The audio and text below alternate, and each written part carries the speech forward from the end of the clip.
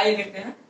Find the point on x axis which is equidistant from the points 7,6 and -3,4। इनका कुछ नाम नहीं दिया, ए बी नाम नहीं दिया, जो हम लेट कर लेंगे बाद में। आइए देखा जाए क्वेश्चन क्या कर रहा है कि एक्स एक्सिस पे कोई पॉइंट है, एक्स एक्सिस पे कोई पॉइंट है, तो वो पॉइंट मैंने मान लिया कि यही एक्स एक्सिस होता है, ये एक्स एक्सिस और ये वाई एक्सिस होता है। तो ये एक्स एक्सिस पे कोई पॉइंट है जिसको हमने P मान लिया, इसका जो कोऑर्डिनेट होगा वो x, 0 होगा।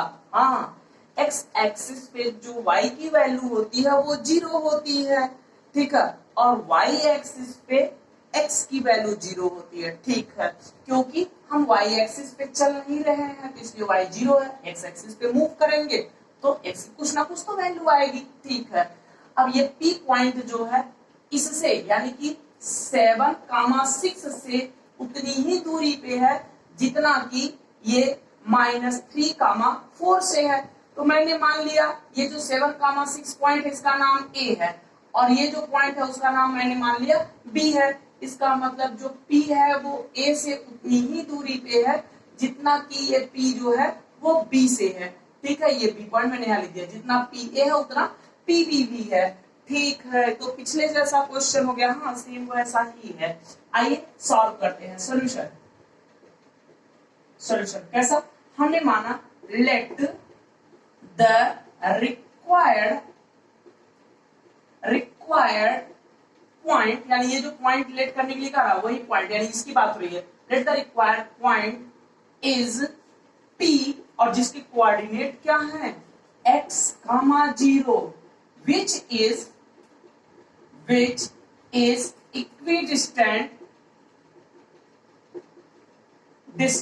कहां से, फ्रॉम A, जिसके A हम लेट कर रहे हैं ना, लेट कर रहे हैं A जो क्या, जिसके कोऑर्डिनेट क्या है 7,6 एंड B जिसके कोऑर्डिनेट क्या है -3,4। वही लिखा गया which is equidistant from point this and this, equidistant from A and B, A और B पॉइंट ही है, ठीक है।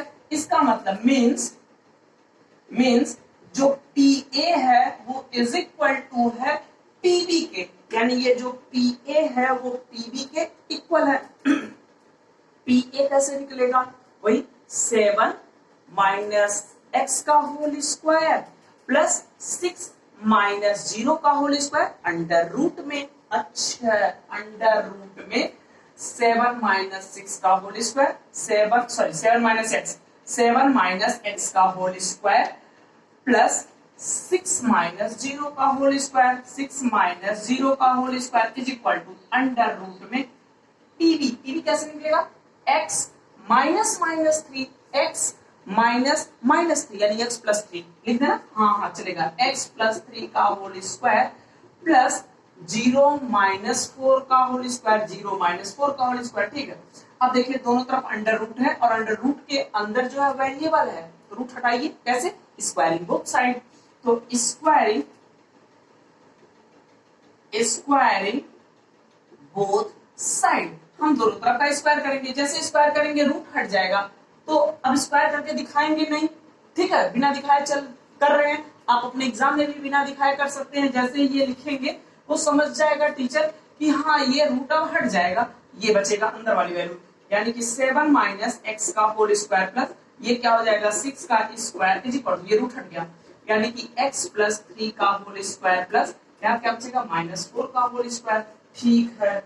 a - b का होल स्क्वायर यानी कि 7 का square plus x square -2 × 7 × x, okay, plus 6 का square 36 is equal to a + b का होल स्क्वायर यानी x स्क्वायर प्लस 3 का स्क्वायर प्लस 2 × x × 3, ये हो गया पूरा इलेबरेट हो गया, और प्लस ये देखिए -4 का स्क्वायर क्या होता है 16 होता है, ठीक है। 7 का स्क्वायर 49 प्लस x का स्क्वायर x स्क्वायर, इनका मल्टीप्लाई करेंगे -14x plus 36 is equal to ये x स्क्वायर प्लस 3 का स्क्वायर 9, 3 का स्क्वायर 9 प्लस इनको मल्टीप्लाई करेंगे तो 6x प्लस 16, ये देखिए x स्क्वायर पॉजिटिव, जब ये x स्क्वायर इधर आएगा तो माइनस आएगा ना, तो plus x square minus x square cancel होना ही है, तो यही कैंसिल कर लेते हैं, और कुछ कैंसिल होगा नहीं होगा, इसको और इसको ऐड कर लिया जाए 49, ये भी पॉजिटिव ये भी पॉजिटिव, दोनों ऐड हो जाएगा तो कितना हो जाएगा 85। 49 और 36 ऐड होकर के 85।